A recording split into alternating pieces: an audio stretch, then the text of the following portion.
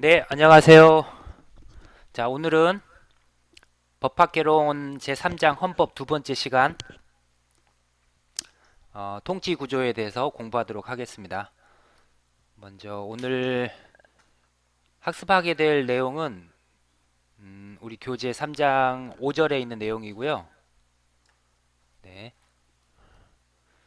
이제 정부 형태가 어떤 형태들이 있는지, 그리고 국회와 행정부, 사법부, 여기에 추가적으로 헌법재판소가 각각 어떤 조직과 운영을 이 있고 그 각각의 기관이 어떤 권한들이 있는지. 그래서 통치 구조는 크게 두 가지를 구분해서 보시면 돼요. 각 정부 기관들이 그 조직과 그 운영이 어떻게 이루어지는지를 기억을 하시고, 그리고 각 기관들이 어떠한 권한이 있는지, 이렇게 두 가지로 구분해서 학습하게 되시면 조금 더 쉽게 공부하실 수 있을 거라고 생각을 합니다. 그러면 자, 5절 들어가겠습니다. 우리 교재를 보면은 135페이지부터 시작을 합니다. 135페이지 참고를 해 주시고요. 자, 대통령제와 우리 정부 형태 대표적으로 대통령제와 의원 내각제가 있는데요. 대통령제와 의원 내각제를 한번 해보고 각각의 어떤 특징들이 있는지 한번 살펴보도록 하겠습니다. 먼저 대통령제는 잘 아시다시피 국민이 대통령을 선출하고 그 선출된 대통령이 행정부를 구성하는 그런 구성 방식이고요. 의원 내각제는 국민들이 대통령을 뽑질 않죠. 그 의회의 다수당의 대표가 수상이 되는 겁니다. 그래서 이 다수당의 대표가 다수당이 이제 내각을 구성하게 되는 거죠. 그렇게 보면 대통령제는 행정과 입법이 엄격하게 이제 권력이 분립이 되는 거고요. 의원 내각제에서는 행정과 입법이 통합, 융합되는 그런 정부 형태죠. 그리고 대통령제는 그 의원들의 행정부 강요 겸직이 불가합니다. 그러니까 국회의원이 행정부의 강요를 장관이나 국무위원이 될 수가 없지만, 의원 내각제에서는 반대로 겸직이 가능하고, 또 대통령제에서는 대통령의 법률안 거부권이 있고요. 의원 내각제에서는 법률안 대통령이 제출을 할 수 있고, 또 대통령이 의회에 출석도 할 수가 있습니다. 또 의원 내각제에서는 내각 불신임권 또 내각에서 의회 해상권이 각각 있다라는 거. 근데 여기서 한 가지 이제 좀 보셔야 할 게, 우리나라 국회의원이 행정부의 장관이 될 수가 있죠. 요 근래에 통일부 장관 같은 경우는 이인영 국회의원이 통일부 장관이 된 경우가 있고요. 그리고 앞으로 좀 배우시겠지만 또 정부에서 법률안 제출을 할 수가 있습니다. 우리나라에서는. 그래서 여기에 보시는 의원의 내각 강요 겸직 가능이라든지 정부의 법률안 제출권, 이런 것들은 우리나라에서 가지고 있는 비록 대통령제이지만 우리나라에서 의원 내각제 그 요소를 가지고 있는 거죠. 우리나라에서는 이러한 의원 내각제 요소를 실시를 하고 있습니다. 네, 이런 것들도 마찬가지죠. 비록 대통령제를 정부 형태로 우리는 하고 있지만 의원 내각제적인 요소를 에, 병행해서 실시를 하고 있다는 거 한번 기억을 해 두시면 되고요. 자, 이런 대통령제의 장점과 단점이 있고요. 각각 의원 내각제의 장점과 단점이 있는데, 이 장점과 단점들이 대통령제와 의원 내각제가 서로 상호 대립하는 그런 관계에 있고요. 한번 살펴보겠습니다. 대통령제는 대통령에게 막강한 권력이 집중되다 보니 그 임기 동안에는 전국이 안정되는 그런 장점이 있고요. 또 대통령이 정책 추진할 때 그 연속성도 보장을 받을 수가 있습니다. 반면에 이제 의원 내각제에서는 의회의 다수당이 내각을 이루기 때문에 국민의 요구에 민감합니다. 즉 책임 정치를 할 수 있는 거죠. 또 의회와 내각이 상호 협조를 통해서 능률적으로 정책 수립이 가능합니다. 하지만 우리나라에서는 의회와 정부가 서로 대립하게 되면 해결이 조금 불가능한 그런 경우가 있습니다. 대통령제에서는요. 또 대통령제는 다수당 횡포를 견제를 할 수 있습니다.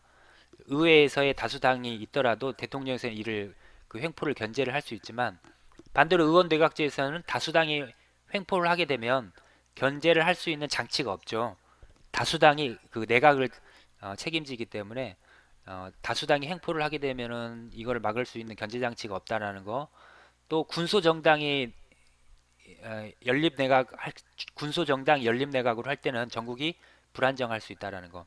그러니까 한 정당이 다수당이 되지 않고 연립으로 내각을 꾸렸을 때 이런 여러 작은 군소 정당이 연립으로 내각을 꾸렸을 때 전국이 불안정해질 수 있다라는 거. 그래서 장점과 단점이 서로 대통령제와 의원 내각제는 대립하는 양상을 볼 수가 있고요. 자, 대통령제에서는 국가는 우리나라와 미국, 프랑스 등이 대통령제를 지금 운영을 하고 있고요. 의원 내각제는 보통 총리가 대표가 있는 나라죠. 영국이나 독일, 우리 옆 나라 일본이 의원 내각제를 실시하고 있습니다. 이렇게 간단하게 정부 형태를 한번 살펴봤고요. 우리 교재에서는 130 우리 교재 133페이지의 정부 형태에 1번이 정부 형태의 이 내용이 나와 있습니다. 한 가지 기억해 두셔야 할 게 의원의 내각 강요 겸직 가능하다는 것과 또 정부가 법률안을 제출을 할 수 있다는 거, 이런 것들은 우리나라에서 시행하고 있는 의원 내각제 요소입니다. 이거 하나 기억을 해 두시면 되고요. 또 우리 교재에서 한번 보시면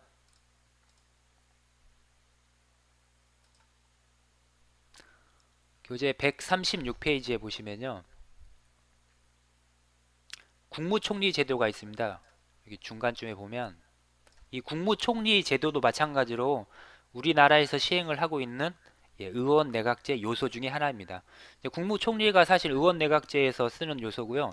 대통령제를 하게 되면 부통령제라는 게 있습니다. 우리나라는 부통령제를 지금 시행을 하고 있는 게 아니라 이 국무총리, 행정부의 2인자죠. 국무총리 제도를 시행을 하고 있는데, 이런 국무총리 제도는 의원 내각제 요소라는 거 기억을 해 두시면 되겠습니다.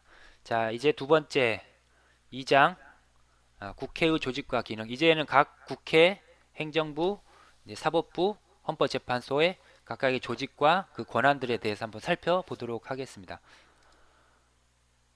먼저 국회를 보게 되겠는데요. 국회에서는 국회의원은 크게 특권이 있습니다. 불체포 특권과 면책 특권을 가지고 있고요. 불체포 특권은 회기 중에서 국회의원은 회기 중에는 체포나 구금되지 않는 그런 특권입니다. 이 회기라는 말은 무슨 회기란 말하면, 이 회기라는 말은 국회가 이제 뒤에서 보시겠지만 임시회와 정기회가 있는데요. 각각의 회기가 있습니다. 회기라는 건 이제 국회가 열리는 거죠. 열리고 폐회할 때까지 그 기간인데요. 이게 한번 1회 열리고 닫힐 때 그 사이를 회기라고 하는데, 이 회기 중에는 국회의원은 체포나 구금되지 않습니다. 불체포 특권이 있고요. 자, 면책 특권은 국회에서 국회의원이 직무상 행한 발언과 표결까지 포함이 되고요. 이게 국회 바깥에서 그 책임을 지지 않는 특권입니다. 여기 조건이 있죠. 이 의제와 관계없는 발언은 대신에 면책 대상에서 제외가 되고요. 원내 기자실에서, 정확하게 국회는 아니죠. 원내 기자실에서 출입 기자들에게 회의 내용과 관련된 그 기사를 또는 문건을 배포하는 행위도 직무행위에 해당돼서 면책 대상으로 됐다. 요거는 이제 교재에 나와 있는 판례를 설명한 내용인데요.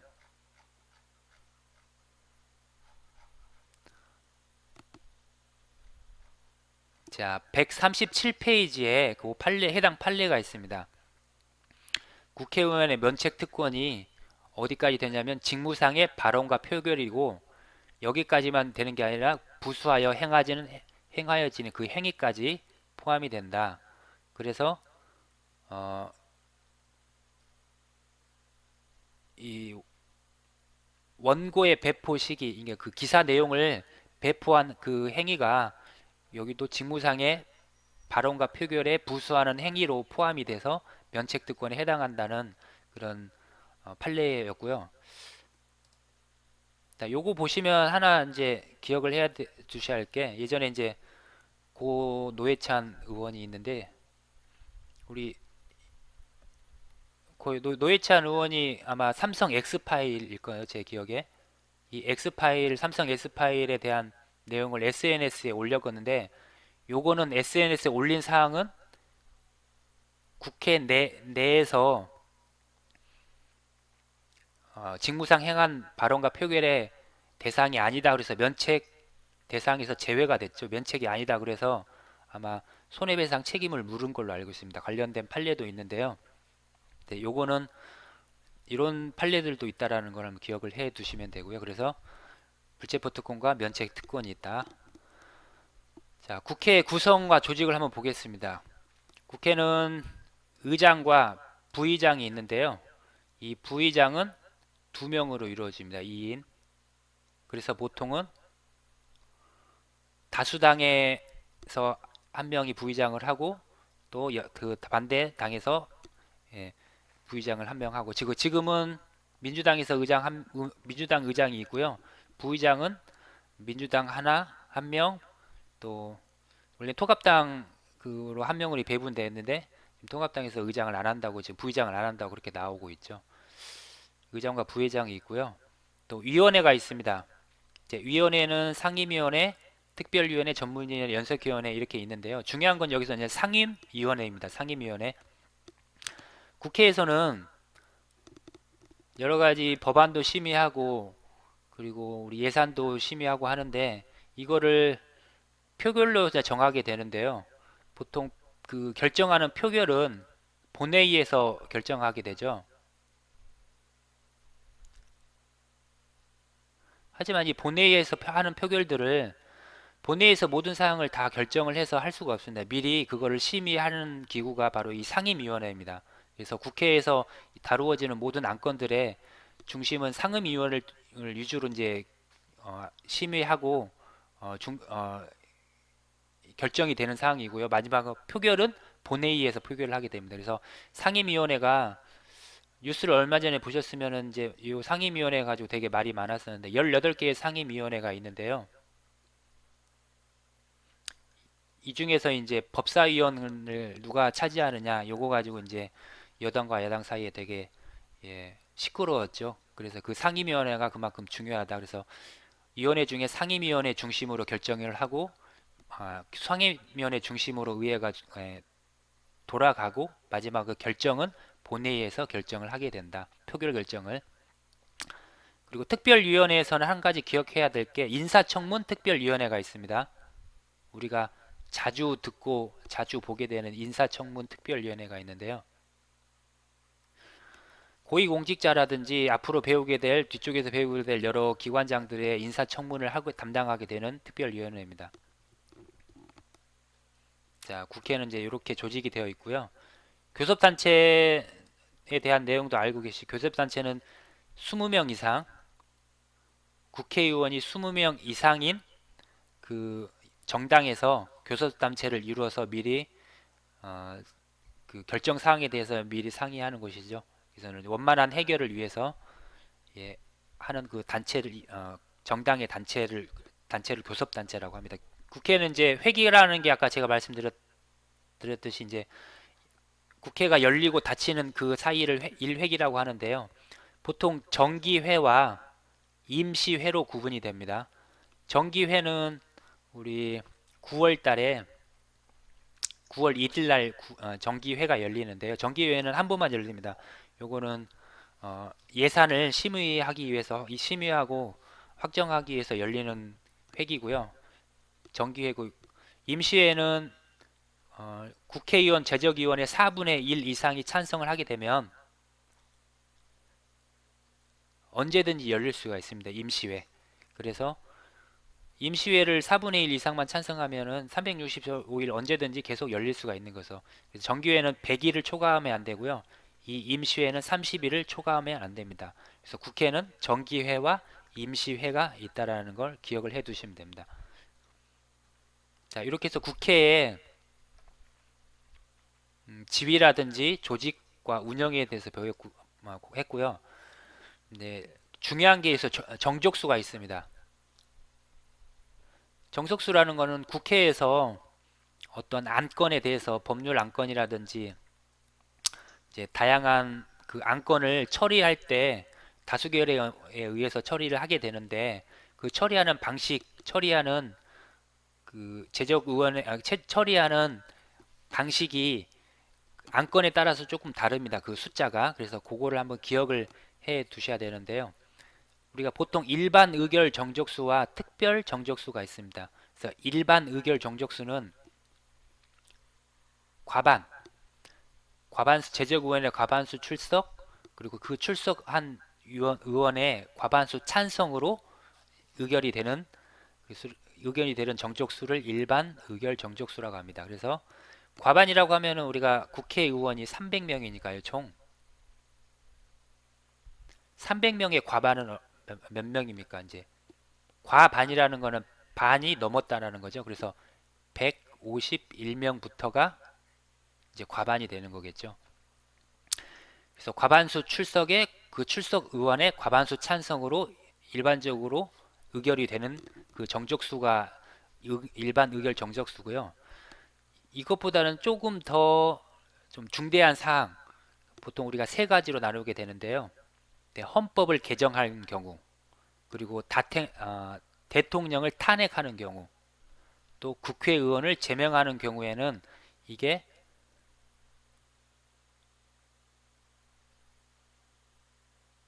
발의가 있고요. 의결이 있습니다. 그래서 헌법 개정을 발의하는 경우는 2분의 1 이상, 제적의원의 2분의 1 이상이 찬성을 해야 발의가 되는 거고요. 또 제적의원의 3분의 2 이상이 의결을 해야 헌법 개정안이 의결이 되는 겁니다. 찬성을 해야 의결이 되는 겁니다. 대통령 탄핵도 마찬가지입니다. 제적의원 2분의 1 이상의 찬성으로 발의가 되고 그 제적의원 3분의 2 이상의 찬성으로 의결이 되는 겁니다. 국회의원 제명은 이제 발의는 없고요. 국회의원 제명은 3분의 2 이상의 찬성으로 의결이 되는 거고요. 그래서 요 헌법 개정안, 대통령 탄핵, 국회의원 제명에 대해서는 2분의 1과 3분의 2가 해당이 된다는 거 이렇게 기억을 해 두시면 되고요. 반대로 이제 국무총리, 국무위원을 해임을 건의할 수 있습니다. 이거는 이제 국회의 권한 중에 하나인데요. 이 해임 건의하거나 또는 탄핵을 할 수가 있습니다. 대통령 탄핵은 조금 더 중대한 사항이지만 국무총리나 국무위원의 탄핵은 대통령보다는 조금 덜 중대한 사항이기 때문에 3분의 1과 2분의 1 요 사항이 적용이 됩니다. 그래서 제적의원 3분의 1의 찬성으로 발의가 되고요. 그 다음에 제적의원 과반 이상의 찬성으로 의결이 됩니다. 그게 국무총리 국무위원 해임 건의 또는 탄핵 소추. 그래서 얼마 전에 우리 추미애 법무부 장관 탄핵 소추안이 발의가 됐죠. 발의가 돼서 이제 국회 표결을 했는데 이때 과반이 넘어야 되죠. 과반이 넘으려면 151명 이상이 찬성을 해야 의결이 되는데 이제 의결이 되지 못했죠. 네. 이런 사항입니다. 그리고 이제 4분의 1 요거는 두 가지만 있습니다. 딱 두 가지만 있는데 임시회 요구하는 경우 아까 제가 우리 회기가 정기회와 임시회가 있는데 정기회는 딱 정해진 9월 1일 날 딱 한 번만 열립니다. 100일. 임시회는 얼마든지 언제나든지 열 수 있는데 국회의원 4분의 1의 찬성으로 열릴 수 있습니다. 그래서 4분의 1은 임시회 요구할 수 있는 그 수가 4분의 1이 돼야 되는 거고요. 그 뒤에서 다시 배우겠지만 국회의 권한 중에 국정조사를 요구할 수 있는 국정조사권이 있습니다. 이 국정조사를 요구할 수 있는 정적수도 4분의 1 이상이 찬성을 하게 되면 국회 제적의원의 국정조사가 이루어지게 됩니다. 그래서 이렇게 정적수에 대한 거는 요거 보시고 정리를 해 두시면 되고요. 그래서 2분의 1 각각 3분의 1과 3분의 2가 있고 2분의 1은 일반 정적, 의결 정적수라는 거 그렇게 기억을 해 두시면 되겠습니다. 자, 이제 국회의 가장 중요한 권한에 대해서 한번 살펴보도록 하겠습니다. 국회는 대표적인 이제 권한이 입법 기능이 있죠. 자, 입법이라는 건 이제 법을 이제 제정을 하거나 개정을 하거나 또는 또 헌법을 개정을 하거나 이런 법과 관련된 그 기능이라고 할 수 있는데요. 크게 이제 단계로 얘기해 드리면 제안 단계가 있고요. 또 이거를 심의 의결하는 단계, 마지막으로 공포하는 단계가 있습니다. 그래서 여기 심의 의결까지는 이제 국회에서의 권한이고요. 이거를 공포는 이제 대통령의 권한이죠. 이렇게 구분이 되고요. 자, 한번 보겠습니다. 법률안을 제안을 하는 거는 국회의원 10명 이상이 발의를 하게 됩니다. 국회의원 10명 이상이 발의를 하고요. 또 정부, 즉 대통령도 법률안을 제출할 수가 있습니다. 제출을 함으로 제안을 할 수가 있습니다. 요거는 그래서 아까 배웠던 공부를 했지만 의원 내각제적인 요소라는 거죠. 우리나라에서 의원 내각제 요소 중에 하나입니다. 자, 이렇게 국회의원 10명 이상이 발의를 하거나 또는 정부에서 법률안을 제출해서 법률안이 제안이 되면 이제 국회 운영위원회에서 심의하고 마지막으로 본회의에서 표결로 결의를 하게 됩니다. 이때 법률안에 대해서는 일반 의결 정족수를 적용을 해서 의결을 하게 되는데요. 일반 의결 정족수는 과반이 출석 제적의원 과반 이상이 출석을 해야 되고 그 출석한 의원의 과반 이상이 찬성을 통해서 의결을 하게 됩니다. 이렇게 해서 의결을 하게 돼서 이제 대통령에게 이렇게 건너갔으면 대통령이 이거를 15일 이내에 두 가지 선택지가 있죠. 공포를 하거나 또는 거부를 할 수가 있습니다. 이제 공포를 하게 되면 이제 20일 이내에 바로 효과가 발생을 하고 되는 거고요. 만약에 거부를 하게 되면 다시 돌아가게 됩니다. 이렇게 거부를 하게 되면 돌아가게 되면 이때는 이제 다시 국회에서 재의결을 해야 되는 거죠. 재의결을 하게 되면 이제 단계가 한 단계 더 높아집니다. 이렇게 되는 게 과반수 출석은 똑같은데 대신에 그 출석위원회 3분의 2 이상이 찬성을 해야 됩니다. 이때는 이렇게 해서 재의결을 하게 돼서 다시 이제 의결을 하게 되면 이때는 이제 대통령이 거부권을 행사할 수가 없습니다. 반드시 5일 이내에 공포를 해야 하게 됩니다. 이렇게 해서 법률이 이제 제정이 되는 거고요.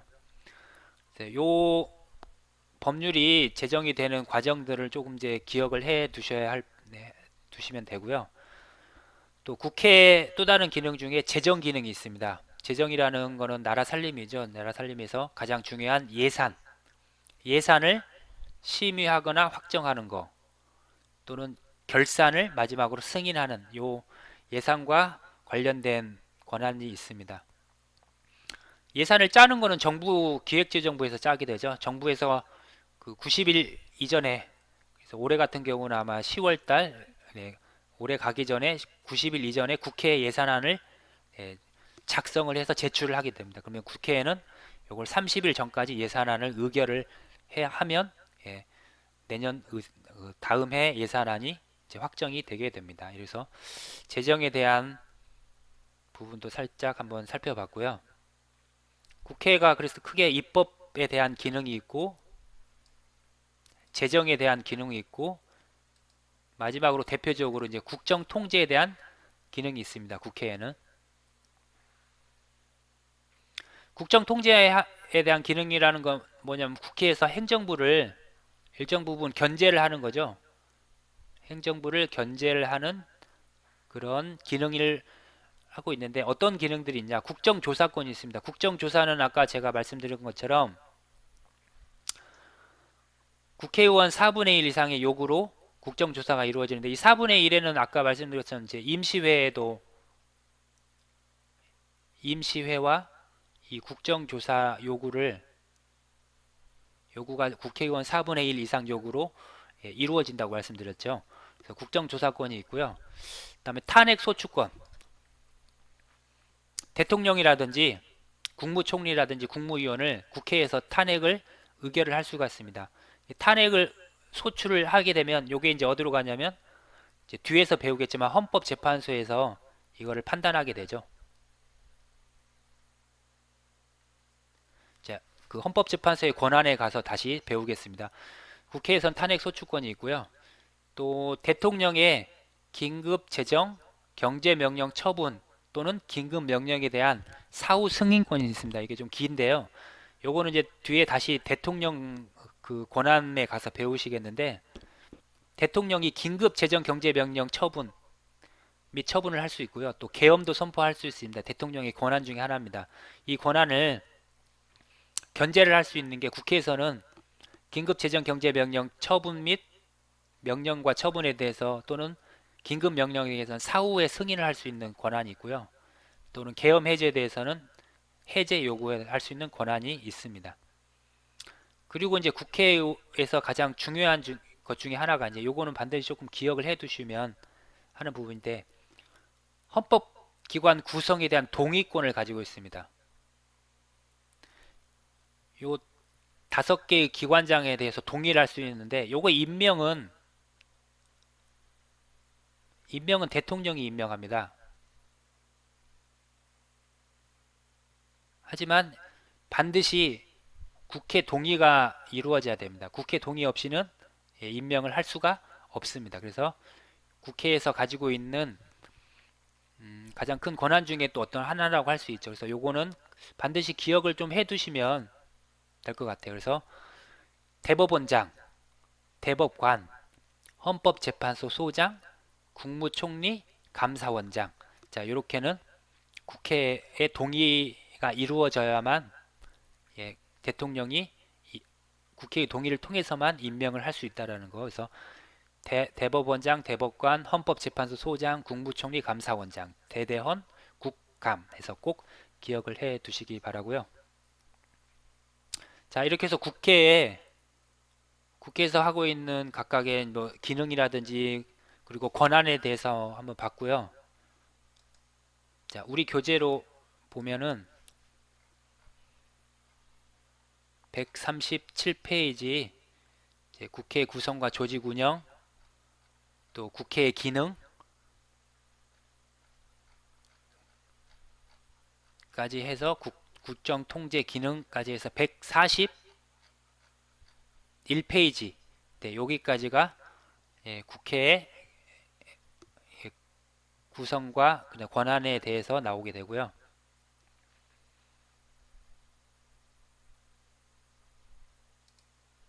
자, 그리고 이제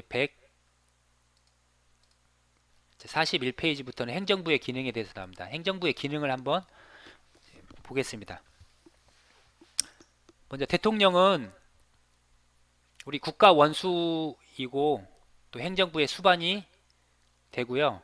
또 형사상 특권으로 불소추 특권을 가지고 있습니다.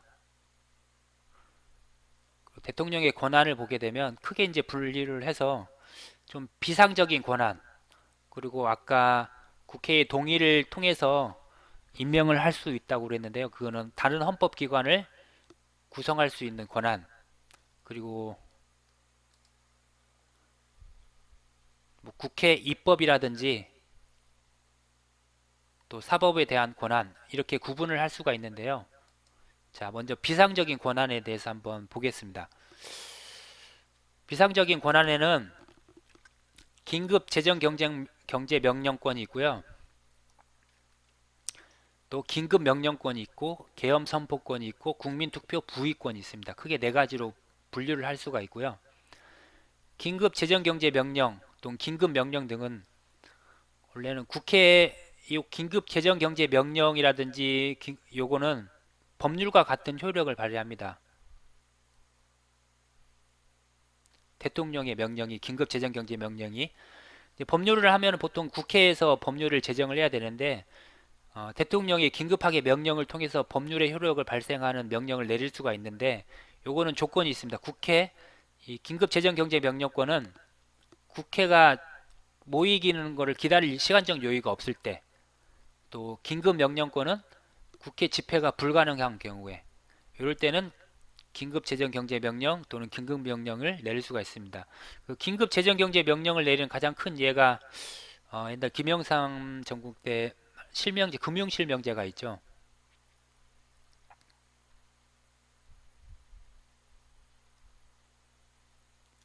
과거에 금융실명제 할 때도 국회 집회를 기다릴 시간적 여유가 없을 때 이렇게 내는데, 요거는 이제 금융실명제를 하게 되면 이게 어느 정도 비밀이 유지가 돼야 되는데, 국회에서 이거를 집회를 기다리고 그런 시간적인 여유가 없었죠. 바로 이제 금융실명제는 그런 어떤 비밀 유지를 위해서, 이런 경우에 이런 조건일 때는 재정경제명령 또는 긴급명령, 이런 국회의 집회 시간적 여유가 없을 때 또는 불가능 경우에 이렇게 내린다는 거.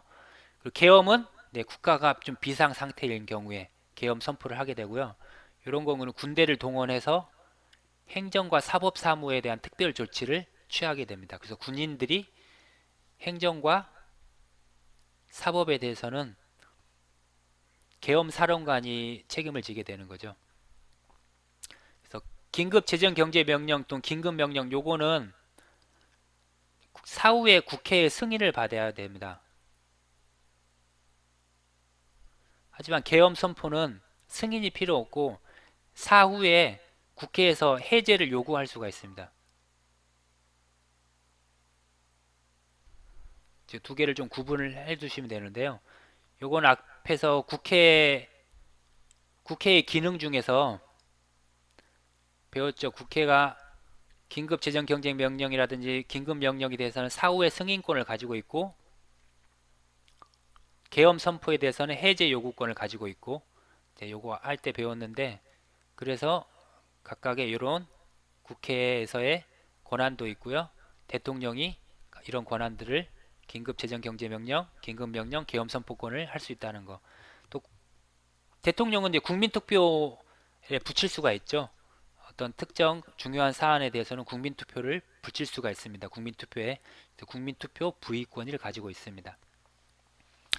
자, 대통령의 권한 중에 또 좀 기억을 해 두셔야 할 게, 다른 헌법기관들을 구성을 할 수 있습니다. 임명을 할 수 있습니다. 그래서 어떠한 헌법기관 기관장들을 임명을 할 수 있는지 한번 보겠습니다.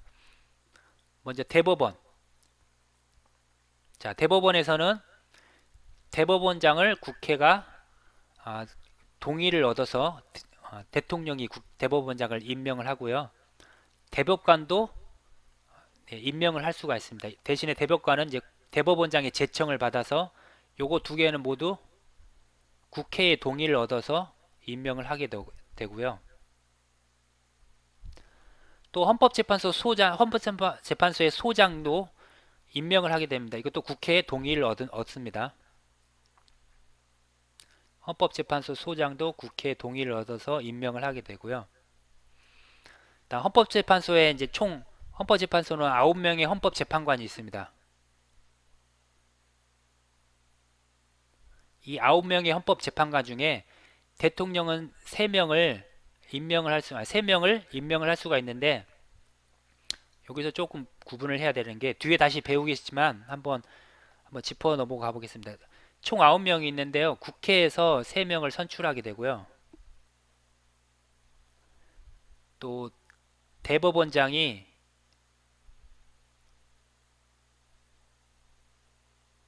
3명을 지명을 하게 됩니다. 그리고 대통령도 이 3명을 선출해서 총 이 9명 전부는 대통령이 임명을 하게 됩니다.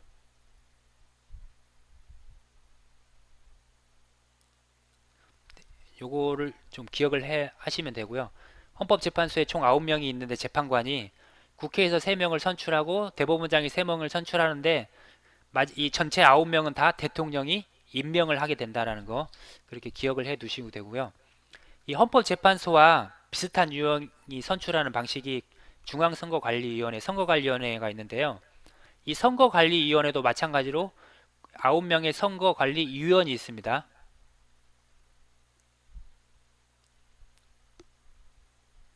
이 위원도 9명의 위원도 마찬가지로 국회에서 이거는 3명을 선출하고요. 이 대법원장이 3명을 지명을 하고요. 여기서 대통령이 3명을 임명하게 됩니다. 여기는 9명이 전부 다 임명하지만 여기서는 3명만 대통령이 임명하고 나머지는 국회에서 3명을 선출하고 대법원장이 3명을 임명합니다. 이렇게 해서 총 9명의 중앙선거관리위원회 위원들이 뽑히게 되고, 위원장은 대통령이 임명하지 않습니다. 그 위원 중에서 서로 9명의 위원들이 모여서 위원들을 호선하게 됩니다. 자기들끼리 이제 뽑는 거죠. 호선이. 요거 구분을 좀 해 두시면 됩니다. 뒤에 가서 다시 한번 설명을 해 드리겠습니다. 또 마지막으로 감사원이 있는데요. 감사원의 감사원장도 국회의 동의를 얻어서 대통령이 임명을 하게 되고요. 감사위원도 대통령이 임명하게 되는데 이거는 감사원장의 제청을 받아서 감사위원을 임명하게 됩니다. 자, 이렇게 대통령의 헌법기관 구성권을 대해서 한번 살펴봤고요. 자, 국회 입법에 대한 대통령의 권한은 법률안을 제출할 수가 있습니다. 법률안을 제출하는 것도 의원내각제 요소라고 제가 말씀을 드렸죠. 이것도 의원내각제의 요소 중에 하나입니다. 또 법률안에서 거부권이라든지 법률안을 공포를 할 수 있고요. 또 헌법 개정에 대한 제안, 공고, 공포권이 각각 있다는 거. 자, 사법과 관련된 거는 위헌정당 해산 제소권이 있습니다. 이것도 헌법에 위반한, 헌법에 맞지 않는 그 정당에 대해서 정당 해산을 제소를 할 수가 있는데, 여기 아마 기억을 하실지 모르고 통진당이 박근혜 정권 때 박근혜 정부에서 통합진보당을 위헌정당 해산해서 제소를 해서 헌법재판소에서 판결이 난 그런 사례가 있죠. 그래서 요거 위헌정당 해산 제소권에 대한 그 심판은, 판결은 이것도 헌법재판소로 가게 됩니다. 이 부분도 헌법재판소 파트에서 다시 한번 살펴보도록 하겠습니다. 대통령은 또 사면과 감형 복권에 대한 권한이 있습니다. 자, 이렇게 해서 그 행정부 상에서 가장 큰 부분을 차지하는 대통령에 대한 권한들을 한번 살펴보았습니다. 대통령제에서는 아마 대통령이 힘이 막강하기 때문에 대통령의 권한들이 어떻게 보면 가장 많이 있고요.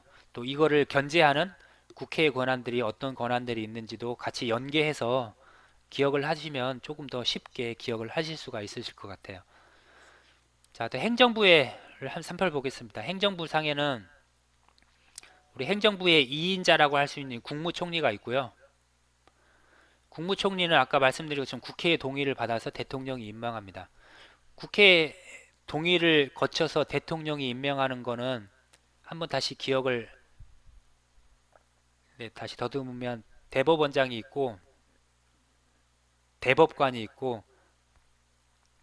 헌법재판소 소장이 있고 국무총리가 있고 감사원장이 있고, 이렇게 5명은 국회의 동의를 얻어서 대통령이 임명을 합니다. 기억을 해 두시면 되고요. 자, 감사원이 있습니다. 감사원과 선거관리위원회는 대통령 직속 기관이지만 독립적인 행정기관입니다. 그래서 감사원은 감사원장과 감사위원으로 구성이 되어 있는데, 감사원장, 감사위원 모두 대통령이 임명을 하게 됩니다. 대신에 감사원장은 국회의 동의를 거쳐서 임명을 하게 됩니다. 감사위원도 대통령이 임명하지만 이거는 감사원장의 제청을 통해서 대통령이 임명을 하게 됩니다. 자, 선거관리위원회 다시 한번 보시면 선거관리위원회 총 9명의 선거관리위원이 있다고 그랬죠. 9명. 이 중에 국회의원이 국회에서 3인을 선출하고요. 그리고 대법원장이 3명을 임명하고 마지막으로 대통령이 3명을 뽑게 됩니다. 그래서 이것과 비슷한 구조를 가지고 있는 게 헌법재판소라는 거. 그래서 헌법재판소도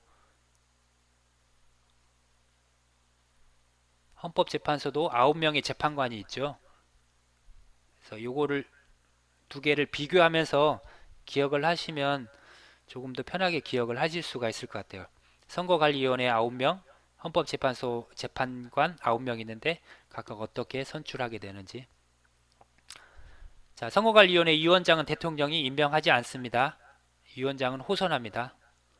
그러니까 위원들 9명이 모여서 이제 자기들끼리 알아서 뽑는 거죠.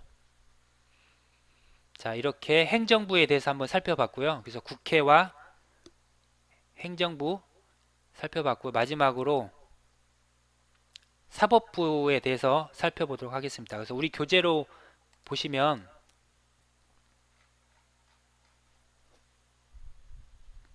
행정은 142페이지에서 144페이지까지가 각각 행정부에 대한 권한에 대해서 나오게 됩니다. 그래서 제가 정리한 내용을 통해서 그 행정부의 권한을 정리를 하시면 되고요. 이제 145페이지 사법부의 조직과 그 권한에 대해서 한번 살펴보도록 하겠습니다. 자, 마지막으로 사법부는 이제 소극적이고 수동적인 국가 기능입니다. 행정부는 적극적인 국가 기능이라고 하는 반면에 사법부는 좀 소극적이고 수동적인 국가 기능입니다. 이거는 왜냐하면 소송을 통해서만 그 사법작용이 발생을 하게 되죠. 그렇기 때문에 소극적이고 수동적인 국가 기능이라는 거. 자, 사법권이 독립되려면 이제 법관의 신분이 보장이 되어야 되는 거고요. 또 법관의 재판에 대한 간섭이 배제돼야 되는 거죠. 이게 재판상 독립이라고 합니다. 사법권의 독립에 대한 내용은 크게 이렇게 두 가지 부분으로 이루어지고요. 자, 법원의 조직과 권한에 대해서 한번 살펴보도록 하겠습니다. 법원의 조직은 대법원과 그 하급심으로 이루어지죠. 보통 이제 대법원, 고등법원, 지방법원 이제 이렇게 구분이 되게 되는데요. 대법원은 상고심을 담당하게 되고요. 보통은 이제 3심제를 하게 되는데요.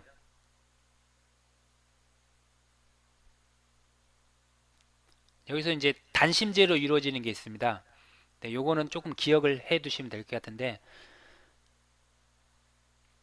대통령과 국회의원, 시도지사의 선고 소송은 바로 대법원에서 최종심을 다투게 됩니다. 네, 요거는 선거에 대한 그 결과가 시간적으로 좀 급박하게 그 결과가 선거 소송은 이루어져야 하기 때문에 대법원에서 단심으로 바로 결정이 난다라는 거, 판결이 난다라는 걸 좀 기억을 해 두시면 되고요. 보통은 3심제인데 단심제로 이루어진 게 중에 하나가 선거 소송이라는 거. 그리고 요 두 가지 요 아래쪽은 법원이 가지고 있는 그 권한 중에 헌법재판소와 좀 구분해서 보셔야 될 게 있는데요.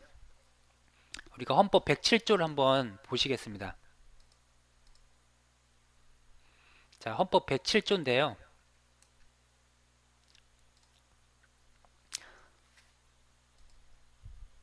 자, 헌법 107조 제가 한번 읽어보겠습니다.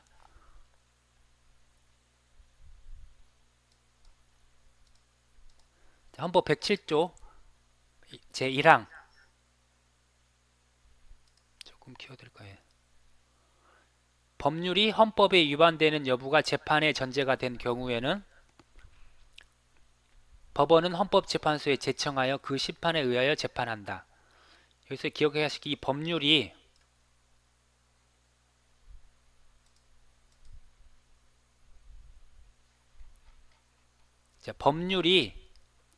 헌법에 위반되는 여부가 재판의 전제가 되는 경우, 이 경우는 헌법재판소에서 담당을 하게 됩니다.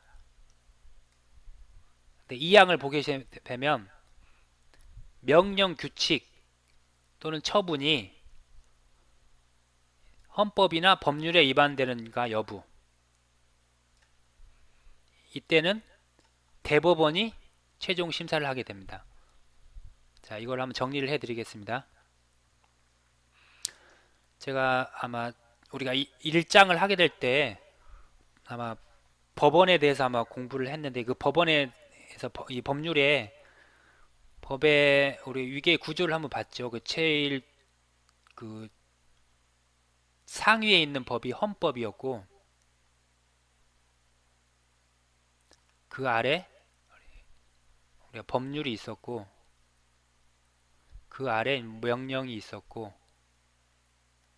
또 뭐 조례, 규칙 뭐 이렇게 쭉 있었죠. 그래서 법률은 헌법에 위반되면 안 되고 마찬가지로 명령도 법률이나 헌법에 위반되면 안 되고 조례 규칙도 마찬가지로 이 상위법에 하위법은 위반되지 않아야 된다고 그랬는데 만약에 이 법률이 헌법에 위반되는가의 여부가 재판의 전제가 됐을 때 이거를 판단은 어디서 합니까? 이거는 헌법재판소에서 하게 된다는 거죠. 그런데 이 명령이라든지 이 규칙이 위 상위 법률이나 헌법에 위반되는지 여부가 전제가 된 경우에 이때는 헌법재판소가 아니라 어디에서 판단을 하게 되냐? 바로 대법원에서 최종 심사권을 가지고 있다는 얘기입니다. 그래서 예전에 아마 이런 문제들이 많이 나왔죠. 명령이나 규칙이 법률이나 헌법에 위반되는가가 여부가 재판의 전제가 된 경우에는 헌법재판소에서 판단하게 된다. 이렇게 해서 이제 좀 헷갈리는 문제가 나왔는데 요거는 이제 대법원에서 판단을 하게 됩니다. 그래서 대법원의 권한 중에 하나가 명령 규칙 심사에 대한 최종 그 심사권은 헌법재판소가 아니라 대법원에 있습니다. 그렇다면 이 위헌법률 심판 제청은 무엇이냐? 이제는 이 법률이 아까 봤던 이러한 법률이 요게 헌법에 위반되는가가 여부가 재판에 전제된 경우에는 판단은 헌법재판소에서 하게 되지만 이거를 판단을 해 주세요 하고 제청을 하는 거. 이 제청은 예, 법원이 가지고 있다는 얘기입니다. 법원에서 위헌법률 심판 제청을 할 수 있습니다. 그래서 최종 심사는 법률에 대한 심사는 헌법재판소가 하지만 이 위헌법률 심판에 대한 제청은 법원이 일반 법원이 가지고 있다는 거 구분을 해서 기억을 하시게 되면 되고요. 그래서 각각 법원의 조직과 권한을 대해서 살펴봤고요. 그리고 한 가지가 이제 헌법재판소가 나옵니다. 어떻게 보면 우리 헌법에서 가장 중요한 기관이라고 할 수 있습니다. 왜냐하면 우리 헌법을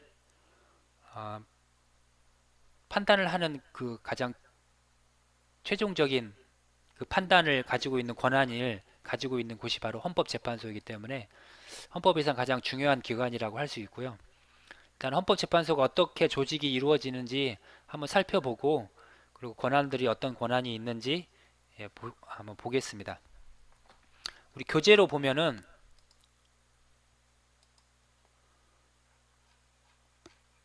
법원에 대한 거는 아마 짧게 나오고요. 헌법재판소가 우리 방송대 교재에서도 헌법재판소에 대한 부분이 다른 부분보다는 또 상당하게 더 많이 할당이 되어 있습니다. 그만큼 헌법재판소가 헌법에서는 가장 중요한 기관이기 때문에 헌법재판소에 대해서는 조금 더 집중적으로 좀 공부를 해 두셔야 됩니다. 자, 여기 148페이지부터가 헌법재판소 조직과 기능 등에 대해서 나와 있습니다.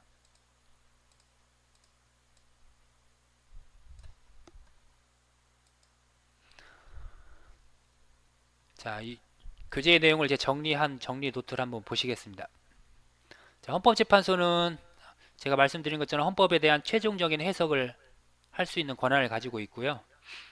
조직은 헌법재판소는 총 9명의 재판관이 있습니다.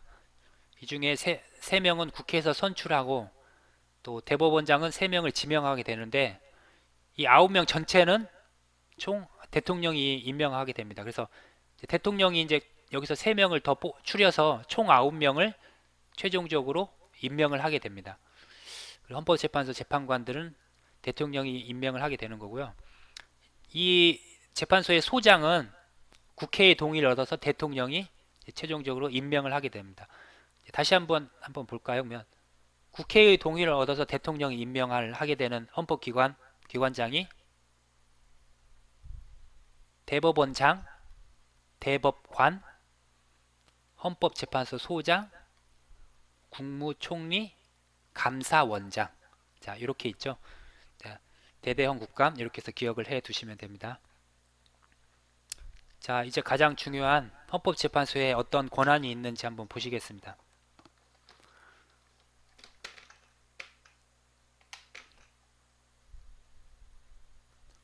이거가 원래 제대로 공부하게 되면 이게 한 3, 4시간을 하셔야 될 분량인데 제가 대략적인 요지만 좀 설명을 드리고 나머지는 한번 보시게 되면 이해하는데 어려움이 없을 거라고 생각을 하고 제가 대략적인 내용을 요약해서 설명을 드리도록 하겠습니다. 자, 첫 번째가 위헌법률 심판입니다. 자, 위헌법률 심판은 법률이 헌법에 위반되는가를 심판하는 거죠. 즉, 법률이 헌법에 위반되는가를 심판하는 그 권한이 그게 위헌법률 심판이라고 하고요. 자, 헌법 소원 심판. 헌법 소원 심판은 여기 이제 소원이죠. 이제 국민의 소원을 심판을 해주는 거고요. 이거는 뭐냐면 공권력에 의해서 국민의 기본권이 헌법에 명시되어 있는 국민의 기본권이 침해를 당했을 때 국민이 헌법소원 심판을 헌법재판소에 이제 의뢰를 하게 되는 겁니다. 헌법소원 심판이 있고요. 탄핵 심판, 대통령이라든지 고위공직자를 탄핵을 심판을 하게 되는 게 이것도 마찬가지로 헌법재판소의 권한입니다. 정당 해산 심판, 행정부에서 대통령의 행정부 그 파트에서 배웠죠. 정부가 가지고 있는 권한 중에 위헌정당 해산 제소권이 있다고 했는데 이제 헌법에 위반되는 정당을 제소할 수 있습니다. 정부에서 제소를 할 수가 있고요. 이거를 심판을 하게 되는 게 헌법재판소의 권한 중에 하나입니다. 권한쟁의 심판은 조금 생소하실 텐데 국가기관 상호 간의 권한이 그 분쟁이 있었을 때 이거를 누구의 권한인지를 구분을 해주는 그런 심판입니다. 그래서 이거는 권한쟁의 심판, 총 5개의 심판이 있는데 중요한 건 이 2가지입니다. 위헌법률 심판과 헌법소원 심판을 좀 구분을 하셔야 됩니다. 한번 살펴보겠습니다. 이제 위헌법률 심판은 이제 이 법률이 헌법에 위반되는가를 심판하는 건데 여기 이제 조건이 있습니다. 이제 재판이 전제성, 재판이 진행 중이어야 됩니다. 재판이 진행되는 도중에 예를 들어 지금은 이미 위헌으로 판정이 난 사항인데요. 예전에 이제 간통죄가 있었죠.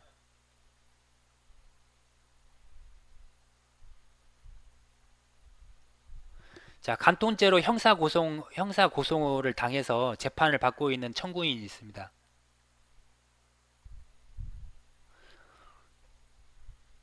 이 당사자가 간통죄로 이제 재판을 받고 있는 와중에 이 간통죄라는 이 형벌이 헌법상에 기록된 나의 기본권을 침해하는 형벌이다. 그래서 이 간통죄라는 이 법률이 헌법에 위반된다 라고 해서 이 해당 재판을 받고 있는 법원에 이게 위헌법률 심판을 제청을 해달라. 법원이 가지고 있는 것은 위헌법률 심판 제청권을 가지고 있는데요. 이거를 신청을 하게 됩니다. 이 당사자가 현재 재판을 받고 있는 당사자가 법원에 신청을 하게 됩니다. 법원에. 그렇다면 이 신청을 받은 법원은 판단을 해서 그렇게 법률이 지금 헌법에 위반됐다라고 판단이 되면 법원이 헌법재판소에 제청을 하게 되는 거죠. 자, 이런 관계로 이제 법 제청이 이루어집니다. 재판을 받고 있는 당사자가 법원에 신청을 하게 되고 이 신청을 받은 법원은 위헌법률 심판 제청을 헌재하게 되는 거예요. 헌법재판소에. 그렇게 되면 헌법재판소는 위헌법률 심판을 하게 됩니다. 그런데 여기에서 또는 당사자의 신청에 의해서 법원이 제청을 할 수도 있고요. 아니면 법원이 직권으로 제청을 할 수도 있습니다. 이제 어떤 이런 이제 관계 속에서 당사자가 신청을 했는데 법원이 받아주질 않았다. 그렇다면 당사자는 어떻게 됩니까? 바로 헌재 이렇게 신청을 할 수가 있는데요.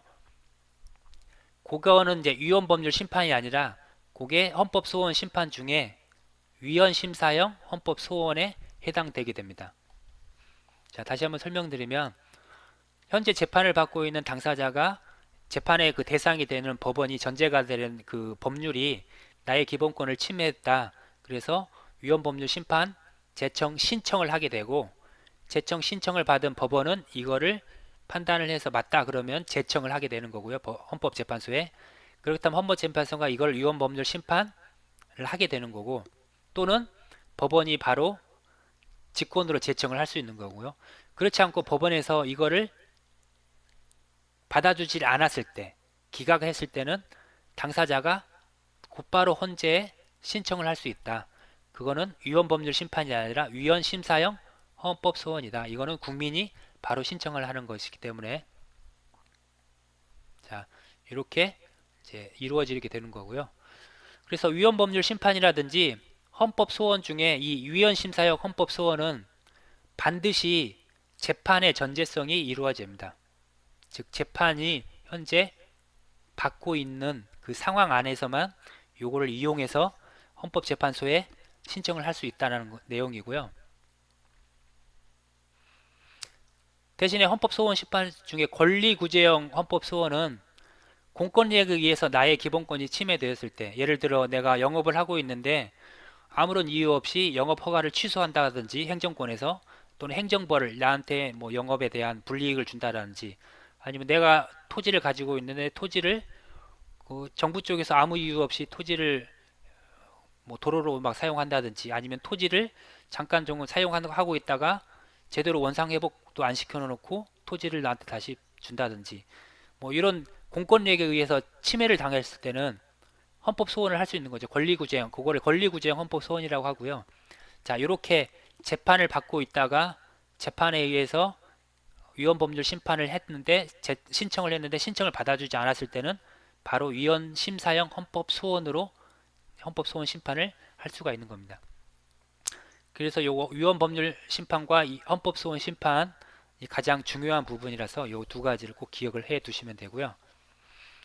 청구권자는 이제 법원의 위헌법률 심판은 아까 말씀드린 법원의 재청, 법원이 청구권자입니다. 법원의 재청으로 이루어지고요.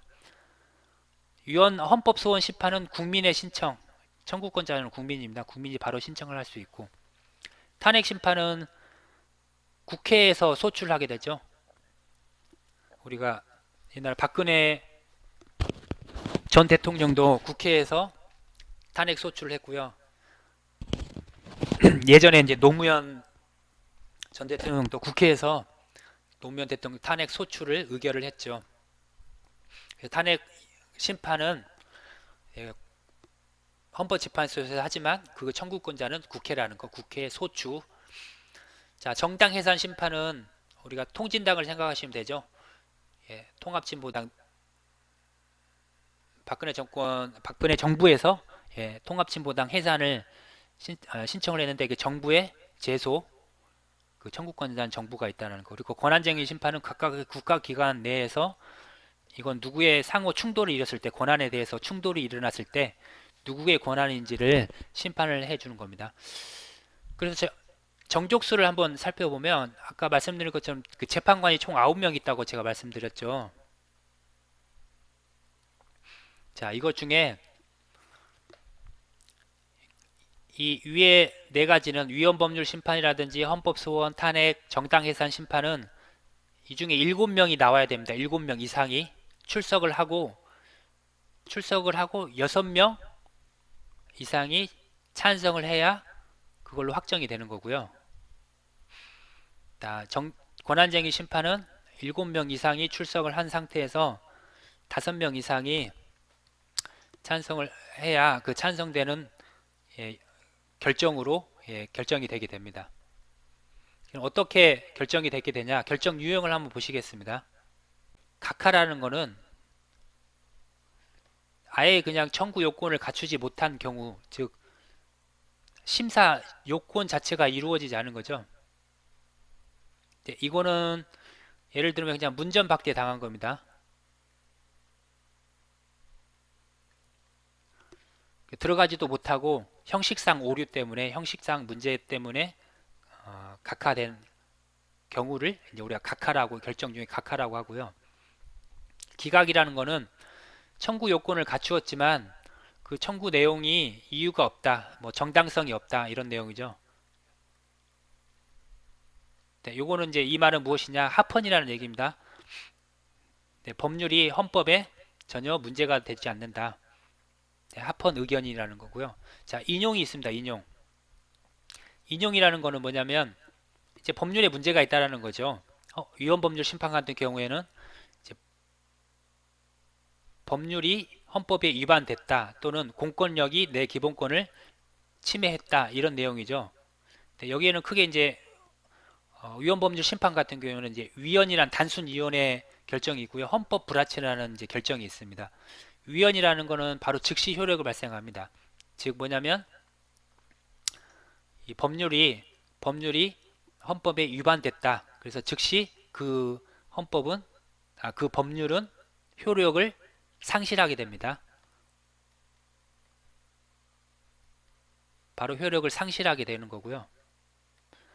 대신에 헌법 불합치라는 결정이 있는데 이것도 위헌의 일종인데 하지만 법률의 효력이 상실하게 되면 당장 법률이 없어져서 이제 사회가 혼란하다든지 또 일정 기간 그거를 유지를 해야 될 그런 이유가 있습니다. 예를 들어 뭐 선거법 같은 경우 선거법 상의 일부 조항이 헌법에 위반됐다. 그렇다면은 바로 그 위반된 조항을 효력을 상실시키게 하면 선거가 바로 코앞인데 혼란을 야기시킬 수 있고 또 이거를 일정 부분 효력을 유지해야 할 필요가 있다. 이런 경우에는 헌법 불합치 결정을 내리고요. 이때는 언제까지 새로운 법률을 만들어라. 새로운 법률을 개정을 하라는 개정 의무, 그런 입법의 의무를 헌법재판소에서 같이 이제 명기를 해서 줍니다. 그래서 그때까지 법률을 만들어야 되고요. 그때까지 법률이 만들어지지 않으면 이후에는 자동으로 이제 그 법률의 효력을 잃게 되고 만들어진 법률에 의해서 소급표를 인정을 하게 됩니다. 그래서 법률 공백에 대한 혼란을 회피하고 입법자에게 언제까지 입법의 의무를 지워주고 그 일정 기간 동안은 그 효력을 유지시키고 대신에 새로운 법이 나오게 되면 그 법에 의해서 소급표를 인정하게 되는 그런 결정 유형 방식을 헌법 불합치라고 하게 됩니다. 유연의 그런 유형인 중에 하나입니다. 자, 이렇게 해서 간단하게 우리 통치 구조에 대해서 한번 쭉 훑어봤는데요. 참 아마 처음 들으신 분은 좀 내용이 잘 이해가 안 되실 부분도 있긴 한데 계속 한번 들으시게 되면 들으시고 제가 중요한 부분만 좀 정리를 한 내용이기 때문에 여기에 추가적으로 훨씬 더 복잡한 내용들이 좀 많이 있는데 그 내용들은 이 내용 요약 내용 먼저 살펴보시고 그 내용들을 또 정리 이후에 보시게 되면 조금 더 수월하게 기억을 하실 수 있을 것 같고요. 제가 올해 1학년 과목일 겁니다. 이 통치 구조에 대한 과목이 1학년 과정이기 때문에 다시 한번 통치 구조에 대해서 제가 조금 더 상세하게 아마 시간을 정해서 강의를 하게 될 거고요. 그때 좀 이해 안 되신 분들은 다시 그 강의를 들으시면 조금 더 상세한 강의를 들으실 수 있을 것 같고요. 자, 오늘 그러면 여기에서 헌법 마지막 통치 구조편을 마치고요. 예, 장시간 들어주시느라고 고생 많으셨습니다.